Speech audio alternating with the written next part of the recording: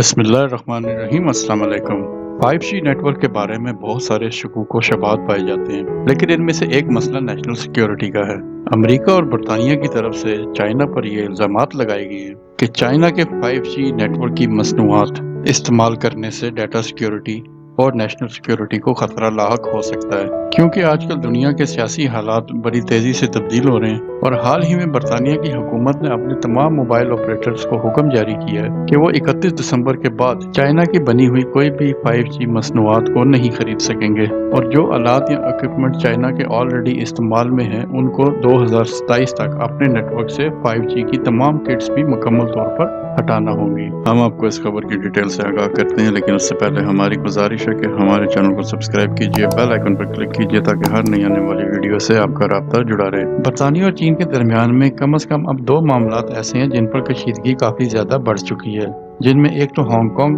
اور دوسرا Huawei 5G net work کی مصنوعات ہیں۔ دونوں ملکوں کے تعلقات میں کشیدگی کا احساس اس سے پہلے کبھی اتنا شدت اختیار نہیں کیا۔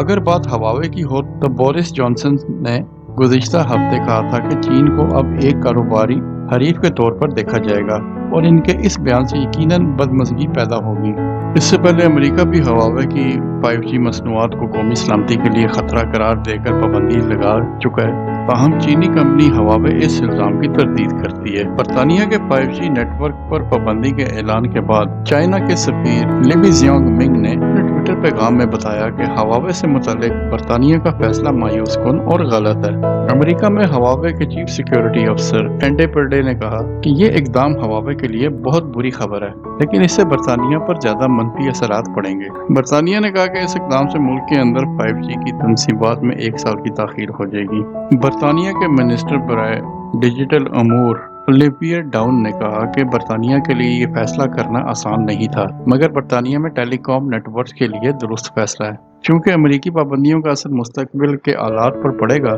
اس لیے حکومت نہیں سمجھتی کہ ہواوے کے فراہم کردہ 2G، 3G اور 4G آلات کو ہٹانے کی ضرورت ہے۔ برطانیہ نے آخری بار جنوری میں ٹیلی مواصلات کے ڈھانچے میں ہواوے کے کردار پر نظر ثانی کی تھی، اور اس سے آلات فراہم کرنے کی اجازت تو برقرار رکھی تھی، مگر مارکیٹ میں اس حصے کو محدود کر دیا تھا۔ اصل میں امریکہ اور برطانیہ کو تشویش ہے اس چپ کے بارے میں جو سم کارڈ کی شکل میں موبائل کے اندر استعمال کی جاتی ہے۔ مئی میں امریکہ نے ہواوے پر نئی پابندیاں لگا دی تھیں اور کمپنی سے اپنے سم کارڈ بنوانے میں ڈیلے کر دیا تھا، اور یہی کام امریکہ نے کیا تھا کہ اس نے اس پر پابندیاں تو عائد کر دی تھیں اور نئی 5G سم کارڈز بنوانے کے لیے آرڈرز میں ڈیلے کر دیا تھا، اور یہ کہا گیا تھا کہ اگر کسی تیسرے فریق سے یہ سم کارڈز بنوائے جاتے ہیں تو اس مصنوعات کی سیکیورٹی کی ضمانت نہیں دی جا سکتی،